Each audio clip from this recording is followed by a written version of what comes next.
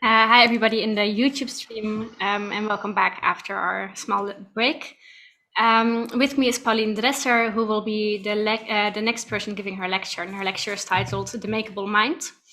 Paulien works as an independent curator and researcher in the field of digital culture and media, and she curates the digital culture program of the Netherlands Film Festival, previously called Interactive Program, I believe.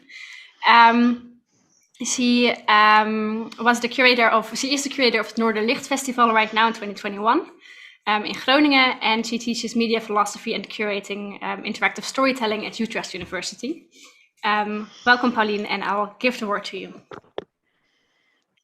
Thank you. Nice to be here. Thank you for inviting me for the second round of this great initiative. I'll try to start sharing my screen right away. Let's see if it works. Can you see the Miro now? Yes. Okay, good. So, the Makeable Mind. This is a little bit the overview of what I wanted to talk about today. So I will be diving into a little bit my inspiration, what's the context of the field I'm working in. And then I would like to zoom in a little bit on two different programs of the Netherlands Film Festival and Noorderlicht. Well, let's just start with the beginning. I started out as an art student in Groningen, new media department. And I've been making installations, films, 60mm films even. But I did also drawing and painting and theater. And well, I tried every lab at the art school, so to speak. And I ended up with new media because when you did new media, you could enter all the labs of the school, which was my biggest joy in the time. And I left Groningen in, I think, 94. And after that, I went to Amsterdam. And 10 years later, I went back to school and I went to the University of Amsterdam and did both a master new media and a research master in media studies. And I think this move for me from art school to academia has been turned out to be a very important phase in my development. When I started out at art school, the whole academic and theoretical part was really thin. Our art history classes were slides with ancient painters. We didn't have that much media theory. And by the time I went to university in 2005, I think, I came across a lot of theorists and a lot of texts and a lot of concepts that suddenly clicked into place with everything that I had experienced as an art student and as an artist in the years before. It was also, of course, the period that the internet came up. I remember working at the art school in the end of the 80s, that we were actually trying to do some programming, that we were trying to send emails to each other. And it was quite a thing back then. And no one really knew how far that would get us. But yeah, some of us already sensed like this is not going away anymore. This is the new step of a new world. And it actually turned out to be. So that's a little bit background.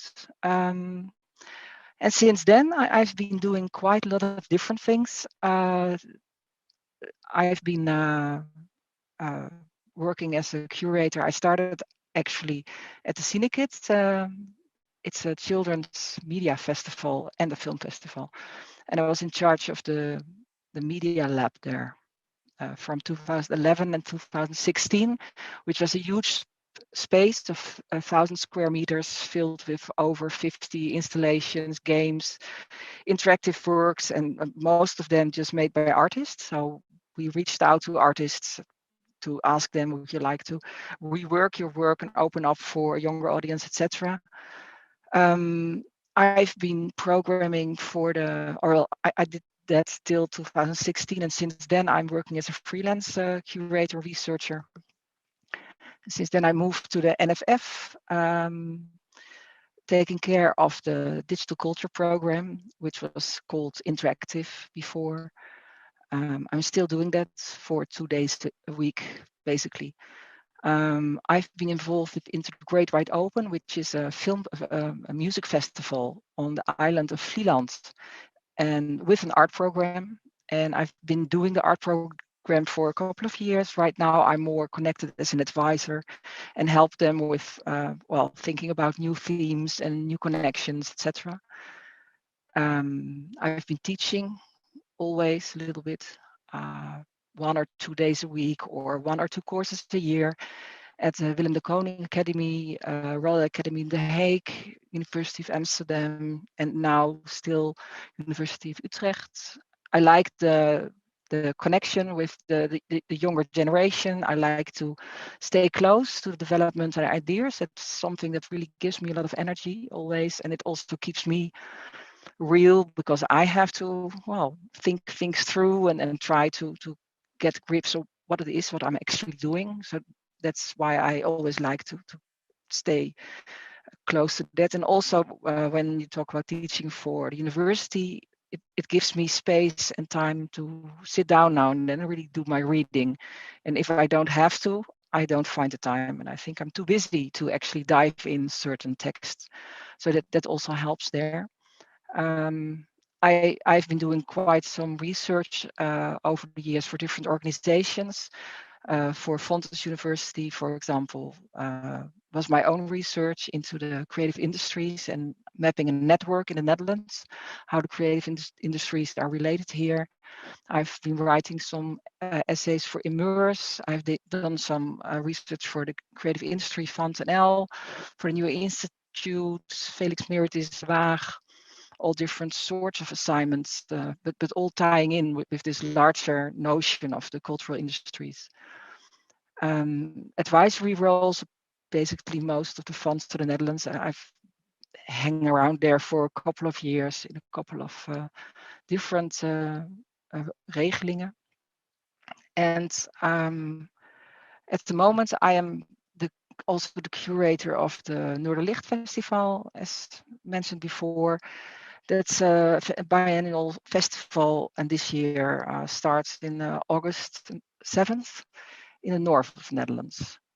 So I hop back and forth between all those different roles, and sometimes it's super too busy, and sometimes it really works really nicely.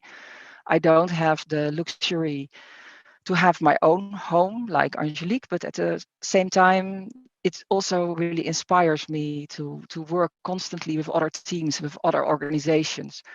And somehow I'm also mostly put in the role as a translator. I'm usually always finding myself trying to explain what it is, what digital technologies are doing, or what it is, what new media is, or and somehow usually it are organizations from film or from photography or from music, from other domains that ask me or invite me to do something with digital culture. So I'm always explaining, defending, trying to find better words to explain why it is important, why it's so interesting, why it's so crucial. So what I really like to do is I like to connect things and people. I'm constantly tracing networks and see how they overlap. Rhizomatic thinking, in the sense that what's the source of things, what are the outcomes, and how are they interconnected? How are different domains connecting to each other, or how can I help connect? I love working with the different contexts and locations, organizations, and sometimes it's a huge challenge, because sometimes you're really not invited by everyone in the organization. You're just invited by the director, for example, and then you bump into people who are actually not really happy with you taking over a part maybe of their job. But I really love to see how you can make that work. How you can learn from each other and how you can we're complementary, and usually that works out. Usually that really gives me a lot of energy. I also am very much inclined to working with themes. just to give me a focus and a center, also to give me something like an elevator pitch. I always like to be really clear as possible. So you need to say, what's your program about? And then I want to be able to say what my program is about. And sometimes the themes are easier or better or more interesting than others, but they always should have a label or a name. So for me, a theme, I remember yesterday someone said that a theme is in the center of, for me, the theme is at the outside. It's a lens.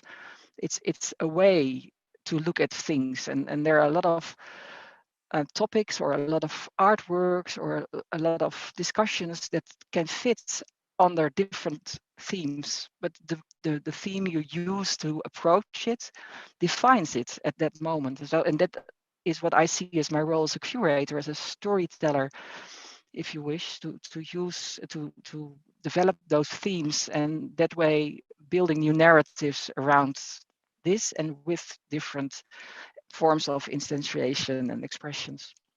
So it's also just inspiration, a reason to pick something and not something else for that specific occasion. I see it as a context and as a restriction that don't do this now because the theme next year will be that, and it will be better to save it for then, because then we can highlight that and that and that. You know, I need boundaries.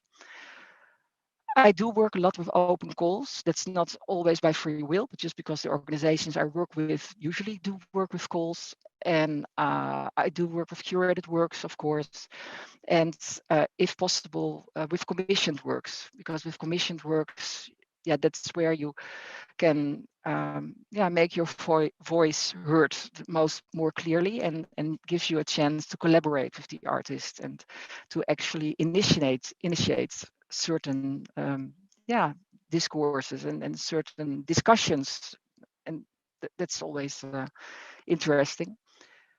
um, yeah and the rest I already mentioned. um, so what interests me, this nice, isn't it, Miro? I saw this yesterday. I thought that I just put my keynote into Miro because it gives me a chance to be more, you know, dynamic. Let me know if I'm getting too wobbly here. What interests me? Well, I'm the core thing. I think I'm always looking at art, science, society, and the future. Somehow, I do know that art doesn't have to make sense, but I like when it makes sense. I like when it says something about me, if it says something about the world I'm living in, if it says something. I really believe art being an important voice in society, and it's not heard enough. But artists are by excellent the people in the society who can think freely and who actually can show us what actually is going on, and we just need to pay attention and to listen now and then we will learn a lot from them. One of the things that we touched upon a little bit yesterday already was the tale of two cultures. Well, we didn't touch about that, but something about the difference between science and humanities, and it's something that really interests me. It was C.P. Snow, I think, in 1959. He already wrote this tale of the two cultures, and what he meant by that was that there is a misunderstanding still between people who know about the second law of thermodynamics and those who know Shakespeare. And the problem is that if those two groups of people cannot communicate together, we never will be able to solve the problems in our world. And this was by the end of the 50s in the last century. And we still sometimes find ourselves in difficult understanding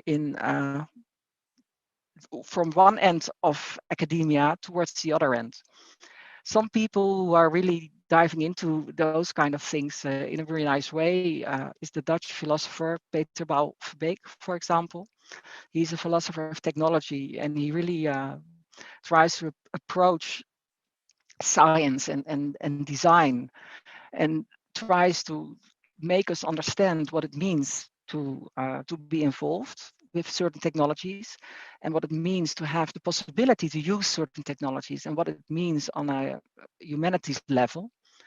And the other researcher I really like, and I think Angelique mentioned her yesterday also shortly, briefly. Sherry Turkle, she's the psychologist originally, and she wrote a couple of books. And her last one, I think, I don't even know, it's her last one, Alone Together. It was really a close reading of, for example, what all kind of robot toys actually mean to us as human beings, and even if we shouldn't be more careful in developing these robots and first see what they actually have for consequences for children, for their mental development, what it means for them in their conception of what a life means or what friendship means. And well, these kind of discussions, I think that it's really important that people are working on this, and I don't see that enough yet. I'm always looking for it and try to contribute there. Another one who works in that area is Karen Palmer. She calls herself the storyteller of the future. She's an artist. She works a lot with scientists as well, and she's working on racial bias in society and with face recognition, AI. And part of her work is that she's only giving talks all over the world. While giving talks, she's developing her ideas, she's picking up information from conferences, and meanwhile, she's developing her own work along the way. And once in every couple of years, she is making works that show up at festivals. She just won an award at Ars Electronica last year, or a special mentioning, I believe. Her work has been on display at the Veronica and Albert Museum in London. So that's also for me, I'm very happy to see that such a traditional museum, in fact, starts to program these kind of voices.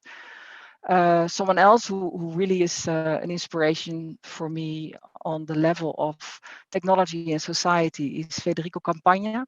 He's a philosopher. He's also teaching at the Royal Academy of The Hague. And we will meet him later in this talk as well.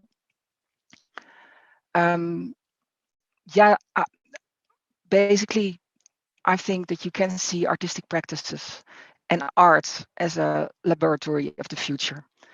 Where are we heading for? For example, way back, I remember in the 70s, all those telemagic kind of artworks, they were already preparing us for today, in fact. What does it mean to be connecting on such a distance? What does it mean to be in love on a distance? Or what does it mean to be able or to need or to have to work with people not in the same room?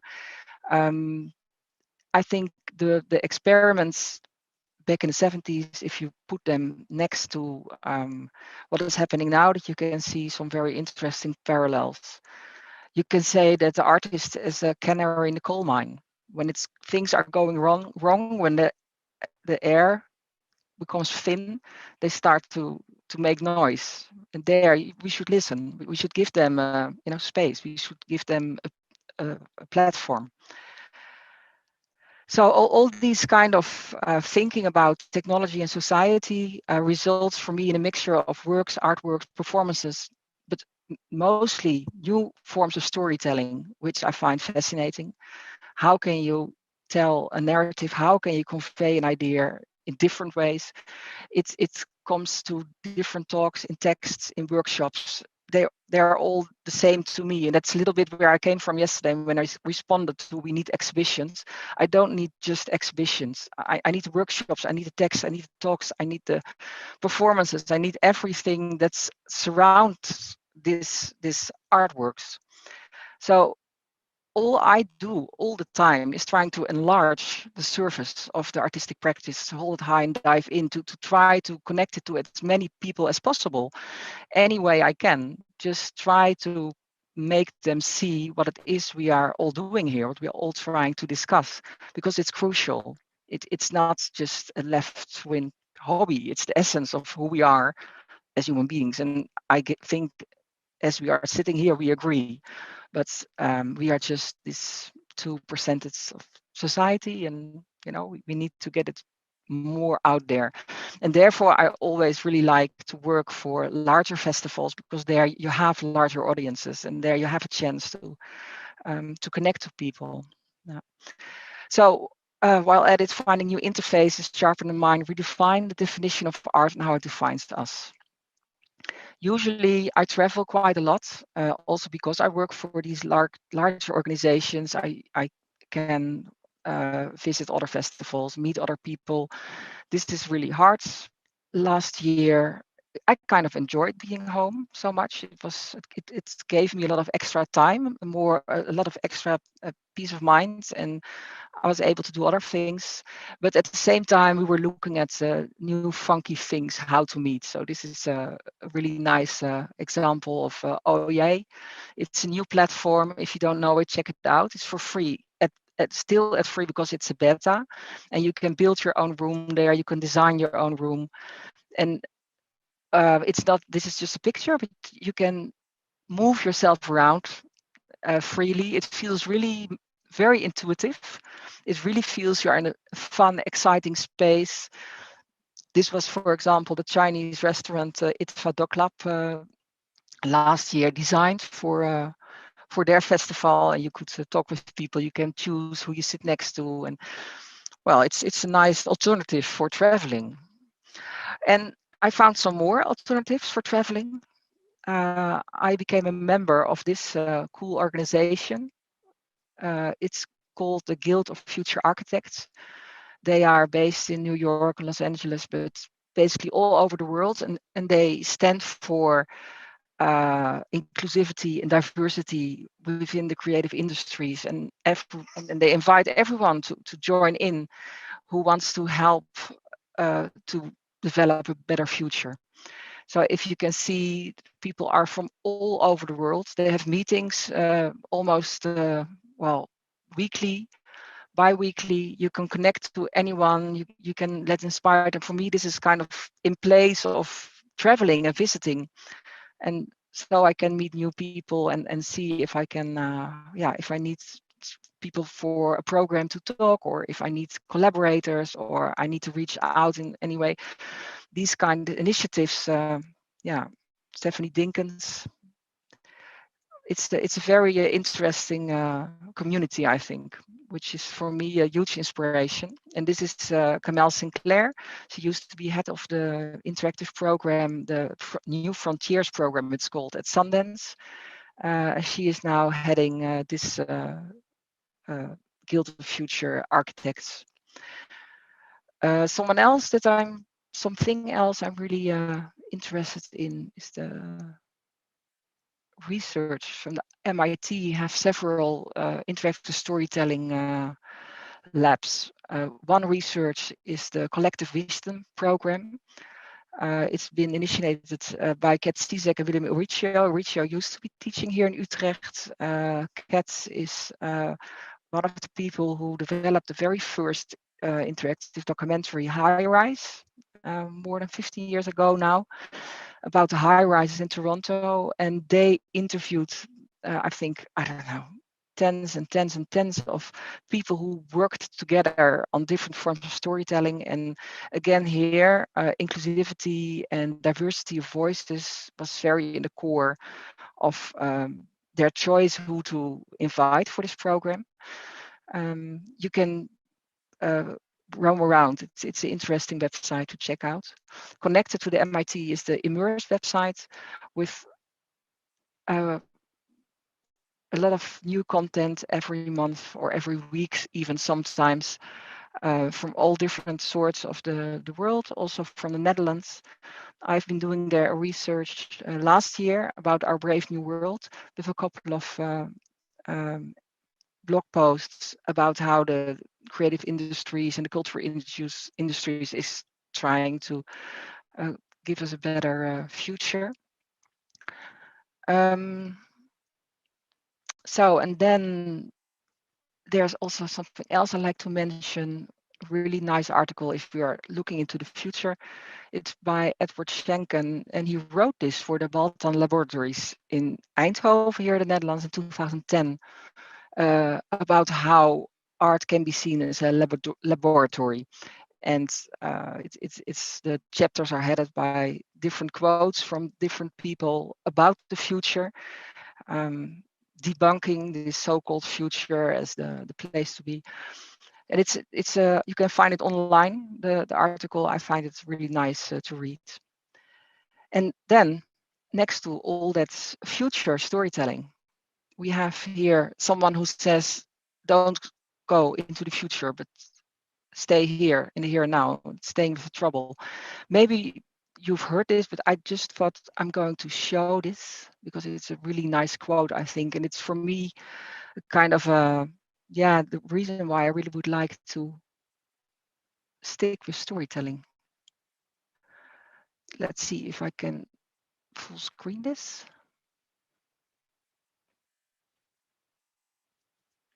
You don't see this, right? No, No, wait. the middle board.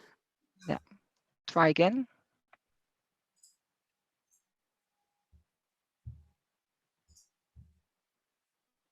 You hear it or you don't hear it, or you see it or you don't see it. We are still at the middle board. We don't see the video. Okay, wait. I think I know what's going on. New share. And I shared this.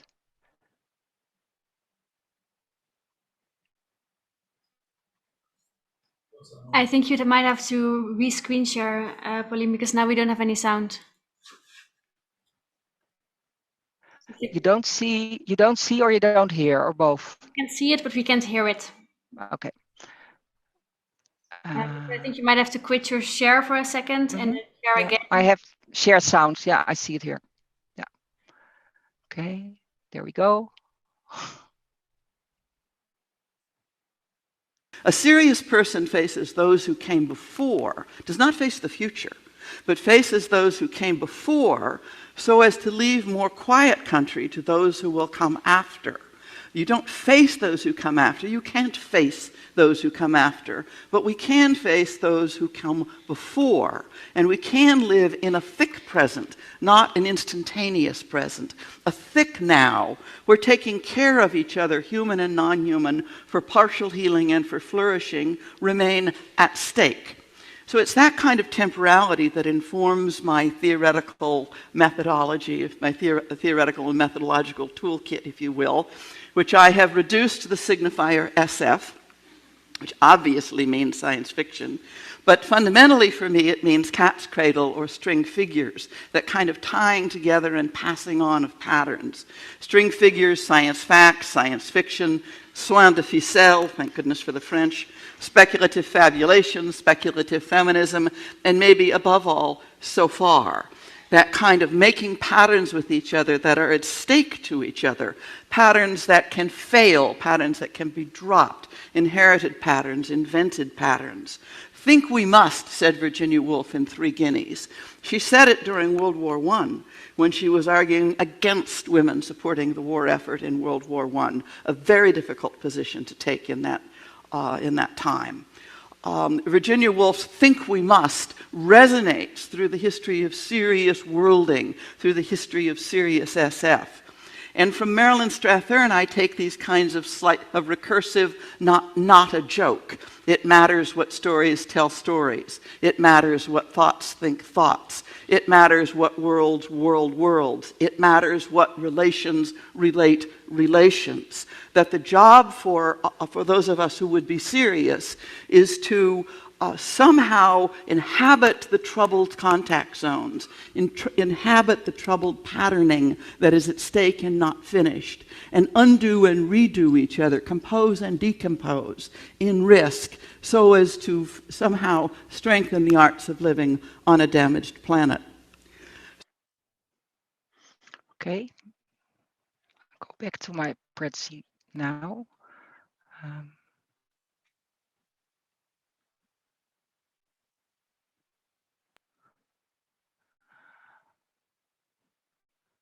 Are you seeing my spreadsheet again? We see a white screen. Okay, try again. Now back at the spreadsheet, right? Okay, so that was Donna Haraway, really much engaged with our damaged planet and how we should relay to this. I think I know she's for a lot of artists an inspiration, and her dense words, her way of thinking needs unpacking. And I think that's what we as curators, as artists, can do with these kind of academics. We can try to unpack their words. We can try to give a direction. We can give examples or how you could actually act out and how you can engage in theories like this. Let me go to two different programs. The one is for the Netherlands Film Festival. A Netherlands Film Festival is a funny festival because it's like the Oscars of the Netherlands, right? We have this whole golden calf. It's actually a huge golden calf. You know, it's being built up every year here. You have all the films and the actors and the actresses, and you have the drinks and the blah blah blah. But we also have the digital culture golden calf. This is Ali Islami. He won the golden calf last year with Nerdfunk, which is a very hardcore VR piece about the underbelly of the internet, with everything you never want to dream about. It's a great piece of work, and I'm very proud that we are able to show the larger audiences this kind of work. So the Netherlands Film Festival has this competition. Next to the competition, they have an exhibition, which is this was the exhibition last year, the opening, safe distance opening at the Neude. We have big installations, but also smaller VR piece, etc. And there is a conference and a professionals program. This year, the theme is for real, and it's based partly on Federico Campagna's quote, who talks about that technique is a new form of reality, and that we only can change reality if we can change our thinking about this. I started out with some ideas for this conference program, and funny enough, after I applied for the different funds, one of the participants of the last year's program of the curators, Rosa Wevers, came up with a very beautiful example for a show. And we were actually able to connect her ideas to the festival. And hopefully it all will work out. That means that Netherlands Film Festival and Rosa Wever with IMPAKT will be part of the program of the Netherlands Film Festival about face value, a program about face technologies and privacy and identity and self-expression. The other funny thing is that also a participant from last year's curatorial program, Nif Fuchs, he applied for the Young Creators program for my other job at Noorderlicht with a very beautiful proposal about face masks. We already invited other people to be the young curators for the Noorderlicht Festival, but at the moment we are inviting Nif and his partner Daniela to make a panel at the Netherlands Film Festival about their research into face masks. And at the same time, we are looking into the possibility to connect their ideas from this panel and extend this into some kind of an online exhibition with the Noorderlicht again. So I think I kind of start painting the picture here. I'm a big hustler, right? I'm only trying to make things happen and trying to connect things to be able to afford it because it's always too expensive, etc. So, but I'm really always nice to see if things come together and you can connect people, you can connect platforms and ideas and money, etc. And so next to the conference, we also have the Story Space exhibition, the Golden Calf exposition of last year. These are the winners of the past couple of years. You can see here that's all over the place. Modeler Body, Floor Sky, a triple A game, Horizon Zero Dawn, an Instagram account, Noor Jansma, a VR opera by Daniel Ernst and Nerdfunk. So it's really very diverse and all over the place. this year in the exhibition, we are looking into the following works: an escape room about, I want to delete it all, but not now, about our addiction to social media. The newest work by Floris Kijk, Next Space Rebels, which is a game and a documentary, a fake documentary, about how to save the internet by building a new internet. You build your own rockets and you launch them into the orbit and thereby making a new network. We have here a project, Symbiosis by Paulien Dresscher, about the transhuman, post-human situation, a VR piece in progress. And we are looking at the work IVFX by Victorine van Alphen, where you actually can become the parents of a cyborg baby that you can experience here in a VR headset.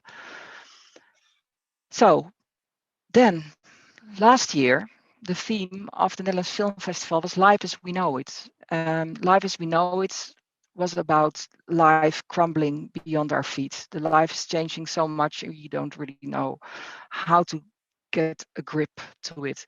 I asked Studio Arc, Roosje Klap, to make a video essay, and I like to share that essay with you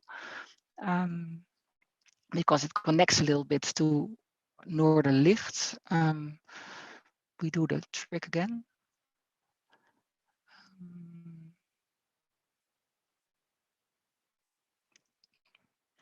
This was the film Loki that we screened last year at Netherlands Film Festival.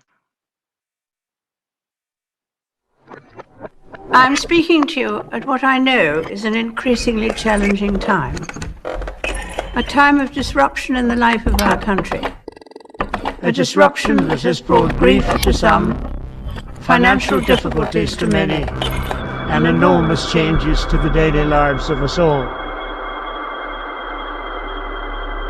If someone had said to you in December that by April, millions of people all over the world would be infected with a mysterious new virus that has no vaccine, you'd think they were talking about a Hollywood script.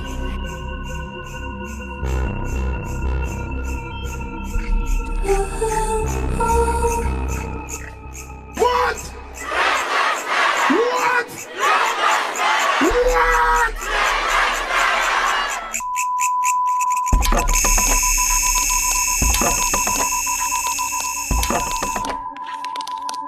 Partygoers in the former coronavirus epicenter recreated the iconic packed swimming pool scene when they squeezed into the popular Wuhan Maya Beach water park, and all without masks.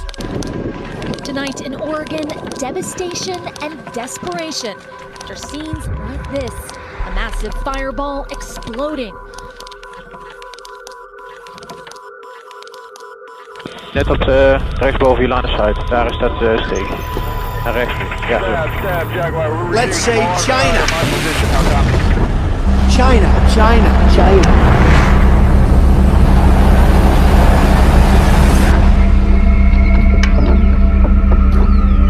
My message is that we'll be watching you. We need a global response. Yes, I need one. So the missing link is us. It's those people who use these technologies every day. For beginning. I should like to extend greetings to the extraterrestrial inhabitants of outer space. Inspired by the thinking of Marilyn Strathern and others who tell me that it matters what stories tell stories, it matters what thoughts think thoughts, it matters what worlds worlds.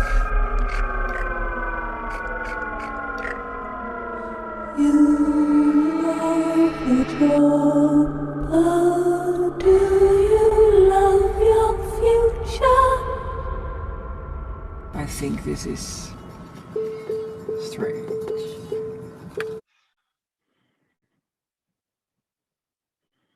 Okay, this film, well, I was really happy with how it turned out. And then I was invited to do something for the Noorderlicht.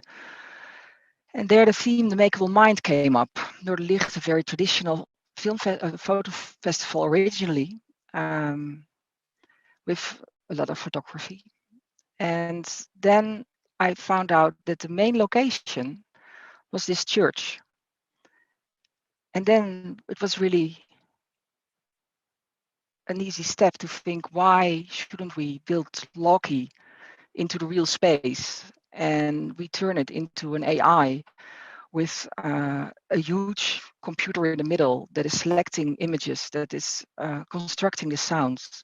So at the moment we are working on this new version of AI. We were already able to buy a lot of those LED screens. We are doing the first tests now at the studio of ARC. It's a big team. Federico Campagno is one of the writers. The idea is that the church will be covered with those LED screens all through the pathways, and if you as a visitor are activating the different screens. We also want to work with a live choir that can sing along with the AI, not every day, of course, but for in the weekends, for example, we are working on costumes. And this is the core team. But next to these Louis Brother Clark, Roosje Klap, Susanne Skierska, Senka, Multilot Beach, we also work with Florentijn Vogelman and a whole group of designers and musicians. So it's a large endeavor. It's not just for Noorderlicht. The idea is that after our premiere and after the 2 months period in beginning of October, it will move from the church and from its religion's choir connotations to MU in Eindhoven for the Dutch Design Week, where it will be more focused on bioart, together with another group of artists, and that's where Angelique takes over the project.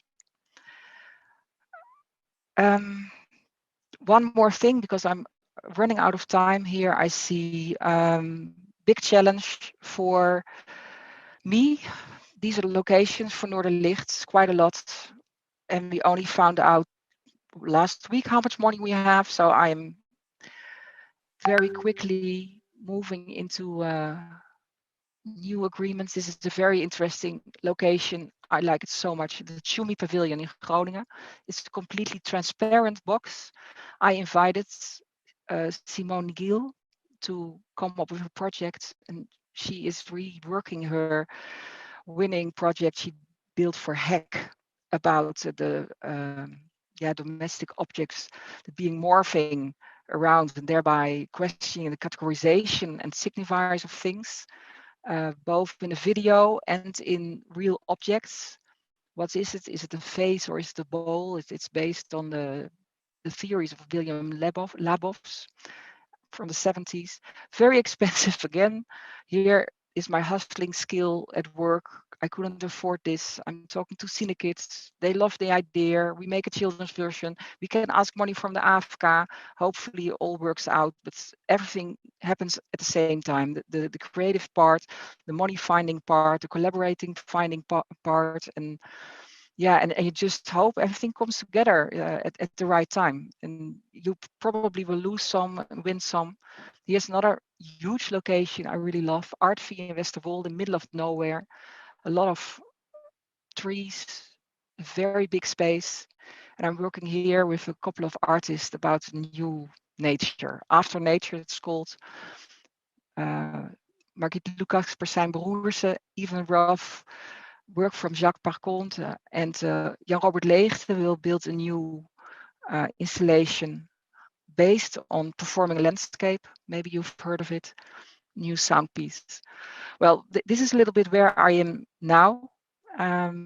Literally in this month, trying to make both NFF and Noorderlicht happen. So let's leave it here. Thank you so much, Paulien, for your presentation and for your incredible amount of insight into all these different practices and different roles that you're taking as an independent practitioner. If anybody has questions in the Zoom or in the YouTube, in the Zoom, feel free to raise your hand. In the YouTube, you can of course drop them in the chat. I see the first one is from Nikki. Go ahead. Thank you so much, Paulien, for your presentation. I really enjoyed it, and especially appreciate that that you focus on storytelling, which is something I'm learning because I think it's the best strategy to engage the audience. But my question is, how do you, and I appreciate that you said that you use a curatorial vision as a lens. So I wonder, how do you use this strategy while maintaining some of the complexity of the artworks? Because sometimes I realize that, you know, there's more ambiguous relations between artworks that's hard to be presented in a linear narrative or in a storytelling way. So I'm curious to hear about some of your strategies to resolve that. Thank you. If I understand your question correctly, you're wondering if a theme is not too restricting in the understanding of the artwork itself. Right, yeah, because I feel like sometimes when I present something, I try to talk about it in a storytelling way, that this work leads to that one and then to another one, and it seems to restrict some of the, you know, complexity or openness of some works. Yeah. Well, usually the narrative of the theme is something that happens outside of the artwork. Of course, it happens on the website of the festival, or it happens when I'm doing a tour with people on the exhibition, or it happens when you're writing about it or when you are talking about it. But if people are engaging with the exhibition, they have, of course, all the space they need to experience the artwork on their own terms. And I think that at that point in time, the theme is just somewhere, you know, there in the back, and it's not really all the time up in your face. And thereby you can keep flexible, you can keep playful with the theme and the content of the several artworks. Thank you so much. Thank you, Paulien. I see the next one having a question is Arjen. You'll have to unmute yourself first, Arjen. Responding to your answer to Nikki, I mean, I would maybe like to challenge that. If you say it happens outside of the artwork, I mean, if an artwork is a story, you as a curator tell a meta story with those stories, or maybe even to paraphrase Donna Haraway, it matters what stories tell stories. So in a way, you are using ingredients that are, I mean, meals themselves to compile a bigger meal even. So is it that easy that you say it happens outside the artworks? Well, I think in the end, it does. And it's also a little bit up to both the artist, the situation. Is it the commissioned work? Is it the chosen work? Is it the work that was pre-existing? And for example, the work of the sorting song, that is something that really has been developed in coherence with the theme. That's a different situation. But at the end of the line, it's I feel for me, it's always the spectator and the artwork one-to-one. And then the theme is from really at the outside, and it's up to you to what extent you want to use that lens to look at that work. Or maybe you have a whole frame of reference in your mind from a different angle because you're from a different culture, or you have a different archive with you. You lived a different life, you have different knowledge, you have different histories. So you never can be fully in charge of the narrative and the story of your spectator, of your visitor. You only can try to sketch possible ways of thinking, and then you can sketch possible connections. But in the end, you should let go, I think. And hopefully it falls in place. But you cannot fully control this. If you want to control it more, maybe that's but even as an artist, you have to let go at a certain point. Yeah.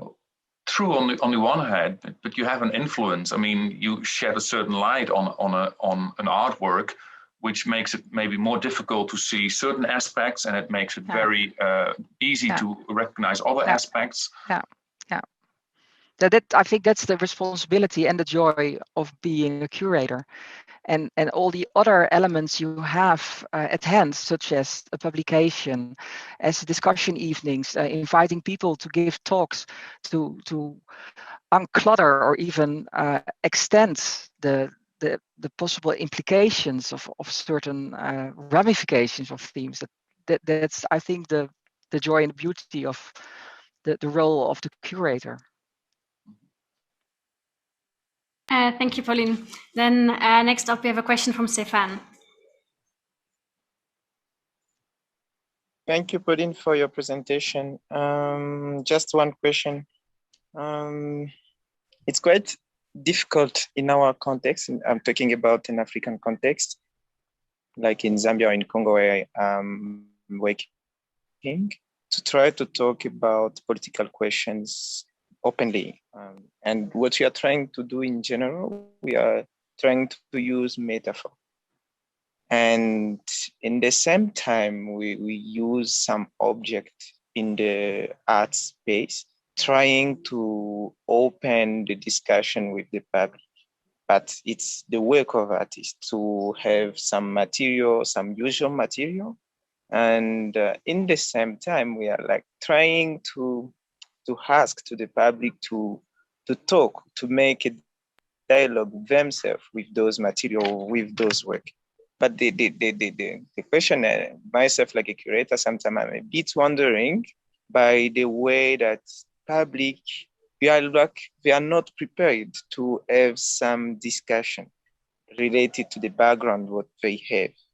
And at that time that I want to ask that question, what's in our background, what's in our kind of context where people are not really prepared to be in contact with contemporary art, to start those kind of discussion related to the public question, public discussion in the art space?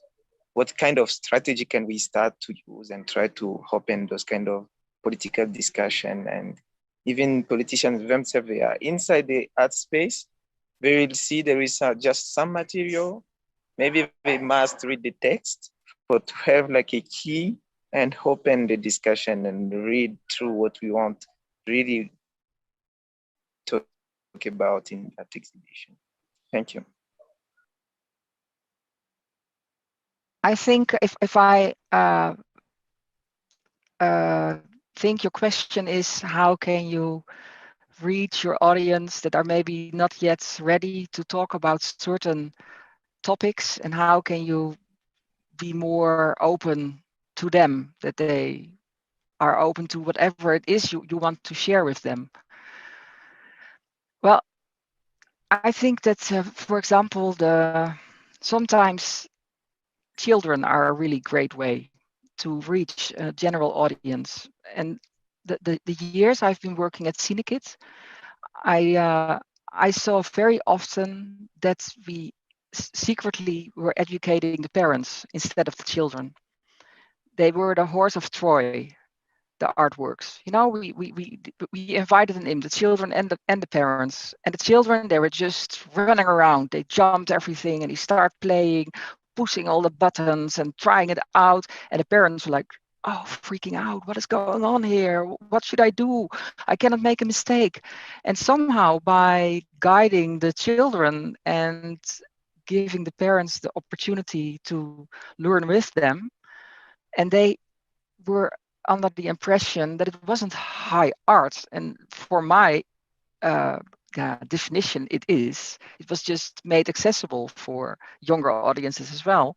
But this was really a way to involve them without them knowing what they were being involved with.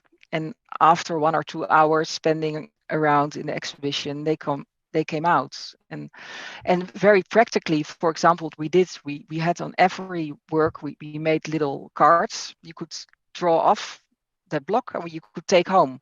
And there were links and there were very simple explanation and background information, but also what it means and how you can look at it. And you actually saw mothers, you know, collecting all those papers, and then outside with a coffee start reading them, you know, try to make it easy for them and don't don't be too too much on your high horse. By that scares people usually, unless you have an in-crowd audience that is already familiar with the discourse, etc. But yeah, downplay it to something that isn't scary really helps, and aiming at families is one of the strategies that usually really works. Yeah. Maybe that's an answer to your question. Thank you, Paulien. I can read that, but at the same time, it's quite difficult. There is like personally, it's my own view on my own background situation in the country. It's like people are not prepared to start some kind of discussion, and in the art space. But really, what I've realized even myself, I've taken like 4 years now, just trying to have a good discussion with one artist, is just to still continue learning how we can talk about those kind of questions in that space, and in the same time to have like a space of discussion. Because for me, that's what I'm trying to do in my curatorial approach, is to have like a kind of space of dialogue. Mm-hmm. How the gallery or the space can be a space where we can start a dialogue between public and artist on whatever question we want. And I hope sometimes it's quite difficult, but I hope that it works sometimes. Yeah. Thank you, Paulien, for your answer. Thank you. If there are any more questions, please feel free to raise your hand. And in the meantime, I would like to ask something, Paulien, regarding your different roles. You've mentioned that you work as an independent researcher and curator for different organizations, and as a hustler, you combine those different roles, let's say, while connecting and finding ways to connect people. What are difficulties that you run into in those different positions, and how do you manage those different responsibilities? And maybe that's my personal point of view, and my own experience is that if I'm doing a billion things at the same time, that is at the cost of my own peace of mind. So how do you handle that as well in working on all those many projects simultaneously? Yeah, well, I have a strange habit that if I work on one project, I really get nervous, because then when I hit a problem, I can't let go. I don't sleep anymore. I want to solve it, and then it needs time, and I don't have the patience to give it time, and I get really, really nervous and upset. And the moment I work on 5, 6, 7, 8 projects at the same time, I always can say, okay, this doesn't work here. Let me focus on that one now, because that works nicely now. And then if that gets stuck, then okay, I go now here, and then it feels like playing chess on 5, 6, 7 different boards, and that it makes me quiet. It's just the problem is sometimes that there are only 7 days in a week, and you cannot prevent that sometimes everything happens on the same time. And then, like this weekend, there goes your weekend, there goes your evening. But still, it's for me better than being completely connected to one organization. And I'm also not really well at working in a hierarchical situation with a director and a boss and someone who tells me where to be on what time of the week. So this freedom you have as a freelance professional is for me really very much of value. And the biggest difficulty for me, but I guess that's for most of us, it's just the reality of that you always need to find the money before you can actually do something. And sometimes this money finding takes so much time, and it's really so much getting in the way of the actual work you want to do. But at the same time, it's such a it's how it is. I mean, we are not operating in a domain where people say, here you have a lot of money, please make a beautiful program. It's like, here you have a platform, would you like to build a beautiful program? And then how can we find the money for it is part of the work, basically. But that's something, if I could lose something, then I wouldn't mind someone else finding the money, and then I do the rest. But I don't see that happen somewhere in the near future, I'm afraid. Yes, thank you for that answer. If there are no more questions from our publics, both in Zoom and in YouTube, then I think we'll head towards a somewhat smaller break. And then I hope to see you all in 10 minutes at 4:40 for Katrina Gregos' lecture. Thank you. Paulien. Thanks.